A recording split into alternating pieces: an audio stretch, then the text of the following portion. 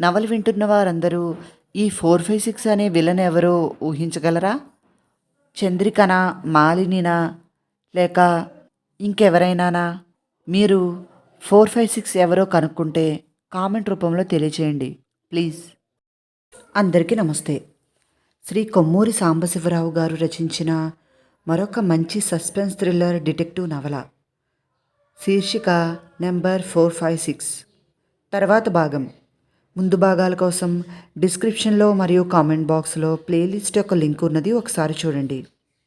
ఇక కథలోనికి వెళితే, రాజుకి ధైర్యం చెబుదామనుకున్నాడు, కానీ అది ఎక్స్టెన్షన్ ఫోన్ అయితే మరెవరైనా తన సంభాషణ వింటుంటారు కనుక రాజు ప్రమాదంలో ఉన్నట్లు తనకి తెలిసిన విషయం ప్రస్తావించకూడదు అనుకుని యుగంధర్ రిసీవర్ పెట్టేశాడు.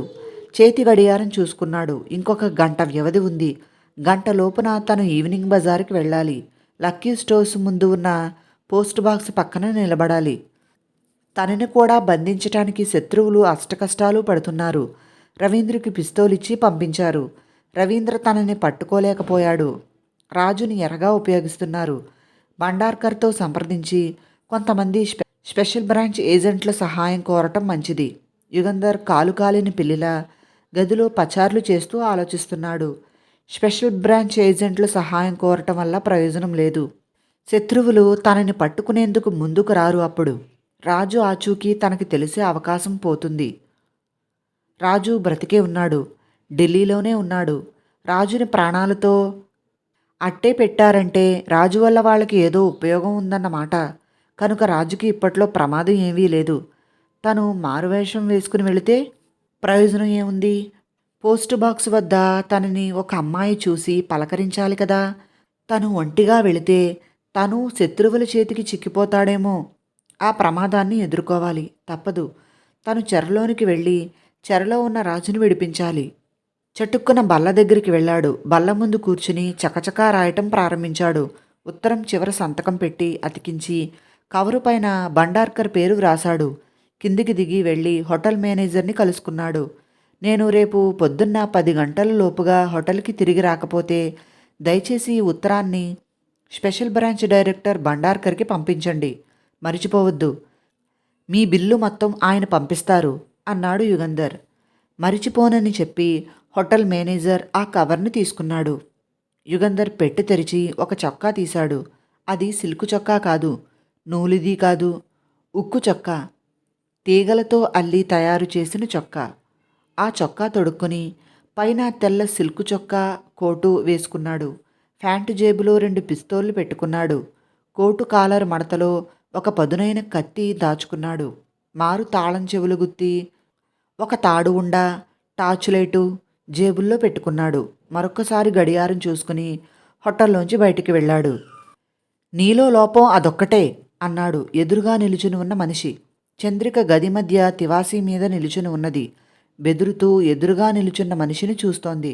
నల్లని ప్యాంటు, నల్లని కోటు వేసుకున్నాడతను. మొహం కనిపించకుండా హ్యాటు ముందుకు లాగి పెట్టుకున్నాడు. అతని చేతిలో పిస్తోలు సూటిగా ఆమె ఛాతి మీదకి గురిపెట్టి ఉంది.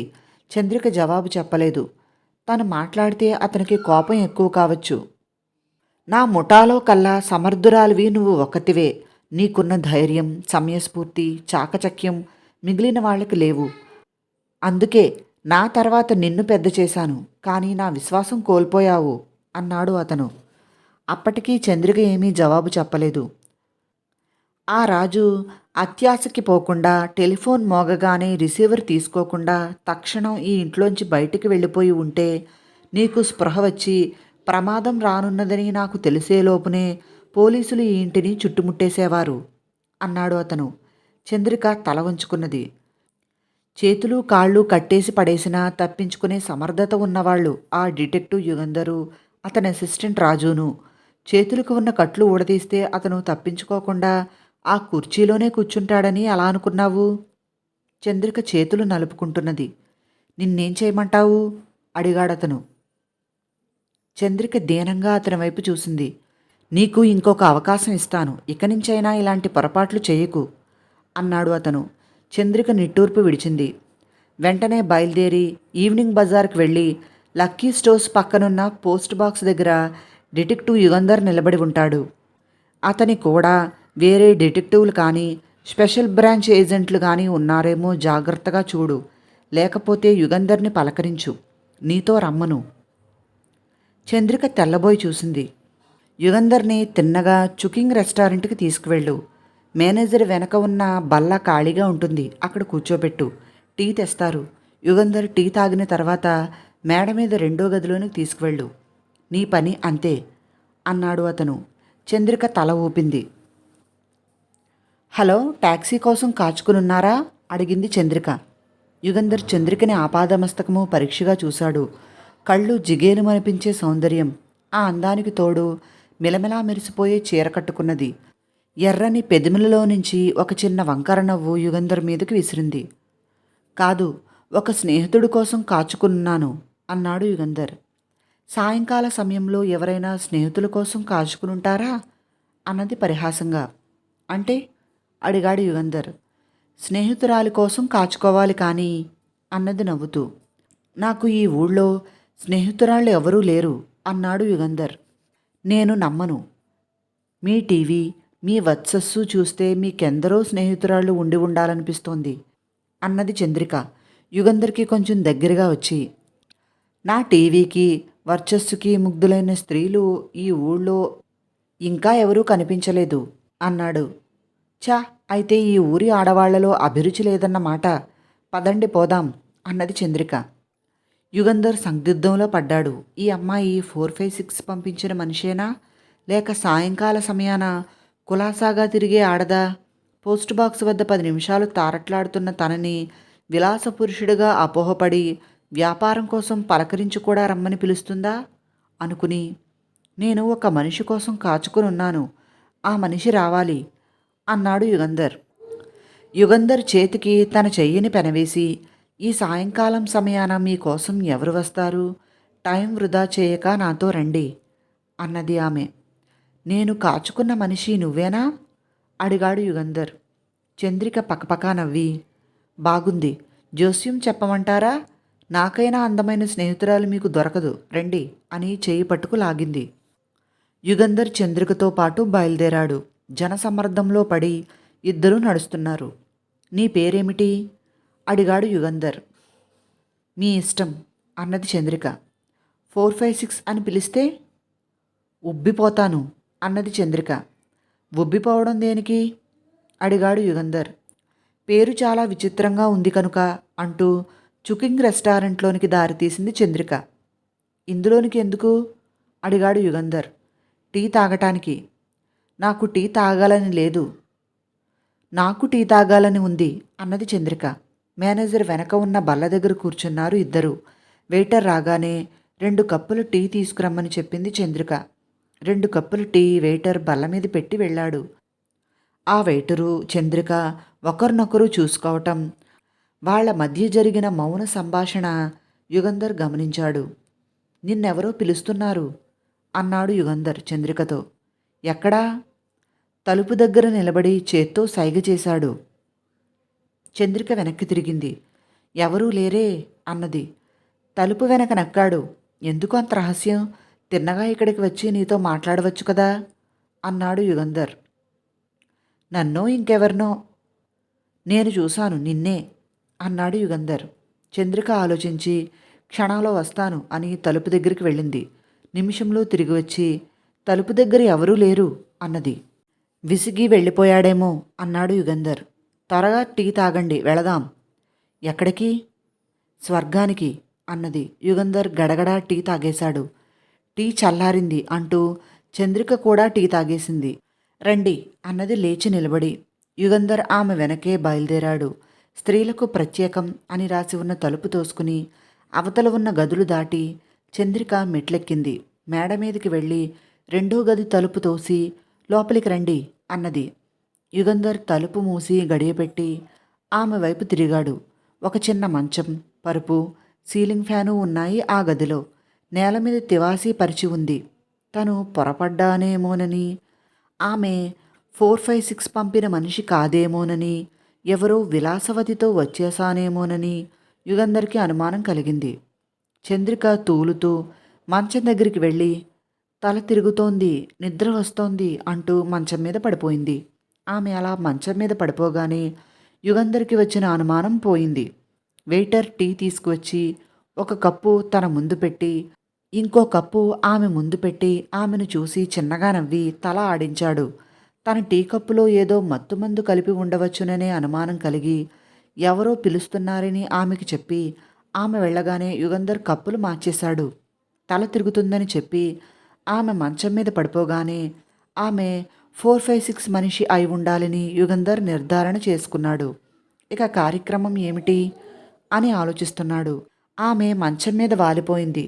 నిద్రపోతుందో స్పృహ పోయిందో కానీ లేచే స్థితిలో అయితే లేదు. ఇంతవరకు గెలుపు తనదే. శత్రువుల ప్లాను తారుమారైంది. మందు కలపబడిన టీ తాగటం వల్ల తల తిరిగి తను మత్తుగా నిద్రపోతూ ఉంటే ఆమె తన అనుచరులకి కబురు చేస్తుంది. అది వాళ్ళ ప్లాను. ఆరంభంలోనే ఆ ప్లాను తారుమారైంది. తను ఆ గదిలోంచి వెళ్ళిపోవచ్చు, కానీ వెళ్ళిపోవటం వల్ల ప్రయోజనం లేదు. కావాలని తెలిసే 456 వలలోనికి వెళ్ళటానికి వచ్చాడు తను. అక్కడే ఉండాలి. యుగంధర్ గదిలో పచార్లు చేస్తున్నాడు. 5 నిమిషాలు గడిచాయి. చటుక్కున దీపం ఆరిపోయింది. యుగంధర్ తలుపు దగ్గరికి వెళ్ళి నిలుచున్నాడు. పిస్తోల్ తీసి చేతితో పట్టుకున్నాడు. గదంతా చీకటైపోయింది. కన్ను పడుచుకున్నా ఏమీ కనిపించటం లేదు. తలుపు తోస్తున్న చప్పుడైంది. ఎవరు? అడిగాడు యుగంధర్. మరుక్షణం తలుపు అవతల పక్క నుంచి టార్చ్ లైటు వెలుగు యుగంధర్ మీద పడింది. యుగంధర్, కదలకు! చీకట్లో టార్చ్ లైటు వెలుగు వస్తున్న వైపు నుంచి వినిపించాయి మాటలు. తను మోసపోయాడు. ఆ గదికి ఇంకొక ద్వారం ఉంది. అది సులభంగా కంటికి కనిపించే తలుపు కాదు. అందుకే తను చూడలేకపోయాడు. గది చీకటి చేసేశారు. తలుపు చప్పుడు చేశారు. తను తలుపు దగ్గరికి వెళతాడని వాళ్ళు ఊహించారు. అందువల్ల తలుపు వైపు టార్చ్ వెలుగు వేశారు. యుగంధర్కి ఆ ఆజ్ఞ పాటించక తప్పింది కాదు. మాలిని, ఇప్పుడైనా నిజం చెబుతావా? నువ్వు ఆ వేళ ఎక్కడికి వెళ్ళావు? అడిగాడు మేజర్ రంగన్. మేజర్ రంగను, మాలిని కాంటినెంటల్ రెస్టారెంట్లో కూర్చుని ఉన్నారు. డిటెక్టివ్ యుగంధర్కి సహాయం చేయటానికి గాను మేజర్ రంగన్ని మరో ఫ్యాక్టరీకి బదిలీ చేయకుండా ఉంచింది ప్రభుత్వం. రంగన్ కార్యదర్శిని మాలిని కూడా ఢిల్లీలోనే ఉండిపోయింది. యుగంధర్ మేజర్ రంగన్కి ఏమీ పని చెప్పలేదు. తీరికగా సాయంకాలం రంగన్ మరియు మాలిని రెస్టారెంట్కి వెళ్ళారు. ఏ రోజు? అడిగింది మాలిని. యుగంధర్తో కుగారాంకి నేను బయలుదేరిన రోజున, అకస్మాత్తుగా హోటల్ నుంచి మాయమైన రోజున అన్నాడు రంగన్. చెప్పానుగా అన్నది మాలిని రంగన్ మొహం వైపు చూడకుండా. నువ్వు అబద్ధం చెప్పావని నాకు తెలుసు అన్నాడు రంగన్. అబద్ధం చెప్పానని మీకెలా తెలుసు? అడిగింది ఆమె. మాలిని చెయ్యి తన చేతిలోనికి తీసుకుని నిమురుతూ, మాలిని, నువ్వంటే నాకు ఎంత ఇష్టమో తెలుసా అన్నాడు. మాలిని మౌనంగా ఉండిపోయింది. నువ్వేదో చిక్కుల్లో పడ్డావని నాకు తెలుసు. ఆ చిక్కుల్లోంచి తప్పించుకోవటానికి వెళ్ళావు. ఆ వేళ నువ్వు చెప్పినట్లు నీ స్నేహితురాలు చంద్రికని కలుసుకోలేదు అన్నాడు రంగన్. చంద్రికని కలుసుకోలేదని మీకెలా తెలుసు? అడిగింది మాలిని అమాయకంగా. ఎలా తెలిస్తేనేం? తెలుసు. నీకొచ్చిన కష్టం ఏమిటో నాకు చెప్పు. ఫ్యాక్టరీ పేలే ముందు రవీంద్ర నీకు టెలిఫోన్ చేశాడు. నువ్వు లేకపోయేసరికి నాకు టెలిఫోన్ చేసి ఫ్యాక్టరీ పేలిపోతుందని చెప్పాడు. నా మీద కానీ ఫ్యాక్టరీ పనివాళ్ల మీద కానీ జాలి వల్ల కాదు, నీకు ప్రమాదం ఏవీ ఉండకూడదని ఫోన్ చేసి ఫ్యాక్టరీ పేలిపోతుందని చెప్పాడు. అలాగా అన్నది మాలిని. రవీంద్రతో నీకేమాత్రం చనువు ఉంది? అడిగాడు రంగన్. మాలిని నవ్వి, అతనితో నాకు చనువు ఎందుకుంటుంది అడిగింది. నువ్వు అందమైన ఆడదానివి, అతను వయసులో ఉన్న మగవాడు అని ఊరుకున్నాడు. ఫ్యాక్టరీలో వయసులో ఉన్న మగవాళ్ళు చాలామందే ఉన్నారు అన్నది మాలిని. ఉండి ఉండవచ్చు, కానీ నీకు టెలిఫోన్ చేసినది అతనొక్కడే. మాలిని నవ్వి, ఇదంతా ఏమిటి? ఈర్ష్య అడిగింది. నాకు ఈర్ష్య లేదు. నీకు అతని మీద ఇష్టమైతే నీ ఆనందానికి అడ్డురాను. కానీ నువ్వేదైనా కష్టంలో ఉంటే నీకు నా చేతనైన సహాయం చెయ్యాలని అడుగుతున్నాను అన్నాడు రంగన్. అంతలో వెయిటర్ వచ్చి, మేజర్ రంగన్ తమరేనా అడిగాడు. రంగన్ తల ఊపాడు. ఎవరూ మిమ్మల్ని టెలిఫోన్లో పిలుస్తున్నారు అన్నాడు వెయిటర్. క్షణంలో వస్తాను అని మాలినికి చెప్పి రంగన్ వెయిటర్తో వెళ్ళాడు. 2 నిమిషాలలో తిరిగి వచ్చి, సారీ మాలిని, నాకు అర్జెంట్ పని వచ్చింది, నేను వెళ్ళాలి. నువ్వు ఒంటరిగా వెళ్ళగలవా అడిగాడు. ఎందుకు వెళ్ళలేను, నాకు ఈ ఊరు కొత్త కాదు అంటూ లేచింది మాలిని. ఇద్దరూ వీధిలోనికి వచ్చారు. ఒక ఖాళీ టాక్సీ ఆపి మాలినిని ఎక్కమని చెప్పాడు రంగన్. టాక్సీ కొంత దూరం వెళ్లేంత వరకు చూస్తూ నిలబడి తర్వాత తను ఇంకో టాక్సీ ఎక్కి బయలుదేరాడు. రోడ్డు మలుపు తిరగగానే మాలిని డ్రైవర్ని టాక్సీ ఆపమన్నది. వెనక్కి తిరుగు అని చెప్పి తను వెనక్కి జారిగిలబడింది. టాక్సీ వచ్చిన దారినే వెనక్కి వెళ్ళింది.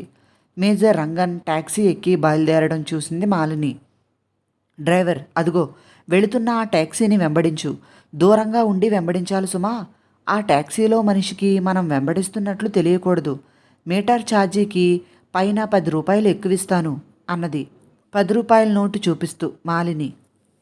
డ్రైవర్ తనలో తను నవ్వుకున్నాడు. ఆ డ్రైవర్కి ఇది కొత్త కాదు. భర్త ఎక్కడికో వెళుతున్నాడని, ఇంకే స్త్రీనో కలుసుకుంటున్నాడని అనుమానంతో భార్య ఇలా వెంబడించటం చాలాసార్లు చూశాడు. ఏ స్త్రీనో వెంట పెట్టుకుని ఏ సినిమాకో తన భర్త వెళ్ళటం చూసి వెక్కి వెక్కి ఏడుస్తూ ఇంటికి వెళ్లే భార్యలను చూసి జాలిపడి మీటర్ ఛార్జ్ పైన డబ్బులు తీసుకునేవాడు కాదు. ఆ టాక్సీ ఆకాశంలోకి ఎగిరిపోయినా వెంబడిస్తానమ్మా అన్నాడు డ్రైవర్. రద్దీగా ఉన్న వీధుల్లో పడిపోతుంది మేజర్ రంగన్ ఎక్కిన టాక్సీ. ఆ టాక్సీకి 50 గజాల దూరంలో ఉండి వెంబడిస్తుంది మాలిని ఎక్కిన టాక్సీ. మాలిని తనని వెంబడిస్తుందని మేజర్ రంగన్కి అనుమానం లేదు. అందుకే వెనక్కి తిరిగి చూడలేదు. ఒక సందు మొదట్లో టాక్సీ ఆపించాడు రంగన్. టాక్సీ దిగి డబ్బులు ఇచ్చేసి కాలినడకన ఆ సందులోనికి వెళ్ళాడు. మాలిని కూడా ఆ సందు మొదట్లో టాక్సీ ఆపించి టాక్సీ డ్రైవర్ని వెళ్ళి రంగన్ ఎటు వెళుతున్నది చూసి రమ్మని చెప్పింది. 5 నిమిషాల తర్వాత కారు డ్రైవర్ తిరిగి వచ్చి, అయ్యగారు డాక్టర్ ఇంటికి వెళ్ళారమ్మా అన్నాడు. డాక్టరా? ఏ డాక్టరు అడిగింది మాలిని.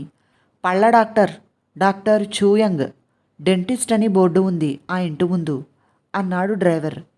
మాలిని 2 నిమిషాలు తీక్షణంగా ఆలోచించి హ్యాండ్ బ్యాగ్ తెరిచి డ్రైవర్కి అన్నమాట ప్రకారం 10 రూపాయలు ఎక్కువ ఇచ్చి నువ్వు వెళ్ళు అన్నది.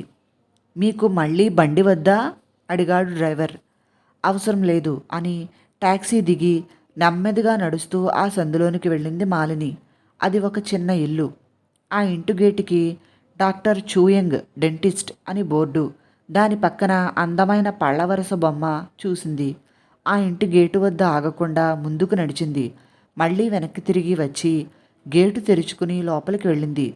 గుమ్మం ముందు నిమిషం పాటు తటపటాయిస్తూ నిలబడి తర్వాత కాలింగ్ బెల్ నొక్కింది. ఎవరూ వస్తున్న అలికిడి వినిపించింది. నున్నగా ఉన్న తల, గుండ్రని మొహం, పసుపు రంగు శరీరం, ఉబ్బిన కళ్ళు, నల్లని ఫ్యాంటు లోపలికి దోపుకున్న తెల్లని షర్టు. నవ్వుతూ ఒకతను వచ్చి తలుపు తెరిచి ఎస్ అన్నాడు. డాక్టర్ చూయంగ్ ఉన్నారా అడిగింది మాలిని. నేనే, మీతో మాట్లాడడానికి వచ్చాను అన్నది మాలిని. తలుపుకి అడ్డం తొలగి దారి చూపించాడు అతను. ఆమె లోపలికి ప్రవేశించగానే తలుపు మూసేసి ఏం కావాలి అడిగాడు. మేజర్ రంగన్ ఉన్నారా అడిగింది మాలిని. మేజర్ రంగన్? ఆయనెవరు అడిగాడు చూయంగ్. కొద్ది నిమిషాల క్రితం ఆయన లోపలికి రావటం నేను చూశాను అన్నది మాలిని. అలాగా, అయితే సరే, ఆ గదిలోనికి వెళ్ళండి, అక్కడ ఉన్నారు అన్నాడు చూయంగ్. మాలిని ఎదురుగా ఉన్న తలుపు తెరుచుకుని వెళ్ళింది. వెనక నుంచి డాక్టర్ చూయంగ్ పక్కపక్క నవ్వుతున్నాడు. యుగంధర్ పిస్తోలు నేల మీద వదిలేశాడు. 2 చేతులు పైకెత్తి. తర్వాత అడిగాడు తనని ఆజ్ఞాపించిన మనిషిని దిలాసాగా. తర్వాత విషయం చెప్తాను. టీలో మందు కలిపి ఉంటామని బాగానే ఊహించారు, కానీ ప్రయోజనం లేకపోయింది అన్నాడు అతను. యుగంధర్ నవ్వి, ప్రయోజనం ఉందో లేదో అప్పుడే ఎలా తెలుస్తుంది అన్నాడు. బుకాయించి ప్రయోజనం లేదు. మీ కూడా ఎవరూ రాలేదని, మారువేషాలలో ఎవరూ మిమ్మల్ని అనుసరించలేదని ముందే నిర్ధారణ చేసుకున్నాము అన్నాడతను. యుగంధర్ నవ్వి, అమాయకుడిలా మీ వలలోనికి వస్తాననుకున్నారా? ఏ జాగ్రత్త తీసుకోకుండా మీ చేతికి చిక్కుతాననుకున్నారా అడిగాడు. రాజు టెలిఫోన్లో చెప్పిన మాటలు నమ్మి వచ్చారు. మీరు అమాయకంగా అలా నమ్ముతున్నందుకు నవ్వు వస్తుంది. ఇన్నేళ్లుగా అపరాధ పరిశోధన చేస్తున్నాను. ఎన్నేళ్లగానో రాజు నా అసిస్టెంట్గా ఉన్నాడు. ఎన్నోసార్లు రాజుని శత్రువులు పట్టుకుని బెదిరించి నన్ను పట్టుకోవటానికి రాజుని ఎరగా ఉపయోగించారు. అటువంటప్పుడు నిజస్థితి నాకు తెలిసేందుకు ఏదో ఒక సైన్య పెట్టుకుంటామని, కోళ్ళో సైన్య చేస్తామని మీరు ఊహించలేకపోయారు. పాపం అన్నాడు యుగంధర్. అతను మాట్లాడలేదు, ఆలోచిస్తూ ఉండిపోయాడు. డి రాజు, నేను డి రాజుని అని ఎందుకు చెప్పాడు? డేంజర్లో ఉన్నానని నాకు తెలియపరచటానికే అలా చెప్పాడు అన్నాడు యుగంధర్. అయితే మీరెందుకొచ్చారు అడిగాడు అతను. మీ వలలోనికి వచ్చి మిమ్మల్ని పట్టుకోవటానికి. మిమ్మల్ని అనుసరించి ఎవరూ రాలేదని నాకు తెలుసు అన్నాడతను. యుగంధర్ నవ్వి, మీకు సులభంగా తెలిసేటట్లు నన్ను అనుసరించి వస్తారా ఏమిటి అన్నాడు. మిమ్మల్ని అనుసరించి వచ్చి మాత్రం ఏం చేయగలరు? వాళ్ళు మా వలలో చిక్కుకుంటారు. చూద్దాం, ఈ ఇంటిని పోలీసులు చుట్టుముడితే మీరే మా వలలో చిక్కుకుంటారేమో అన్నాడు యుగంధర్. కథ కొనసాగుతుంది. తర్వాత ఏం జరిగిందో వచ్చే భాగంలో తెలుసుకుందాం. విన్నందుకు అందరికీ చాలా చాలా థ్యాంక్స్. నచ్చితే వీడియోని లైక్ చేసి నా ఛానల్ను సబ్స్క్రైబ్ చేసుకోండి ప్లీజ్. మరిన్ని కథలు నవలల కోసం డిస్క్రిప్షన్లో మరియు కామెంట్ బాక్స్లో ప్లేలిస్ట్ యొక్క లింక్స్ ఉన్నాయి, ఒకసారి చూడండి. ధన్యవాదములు. మీ ప్రసన్న.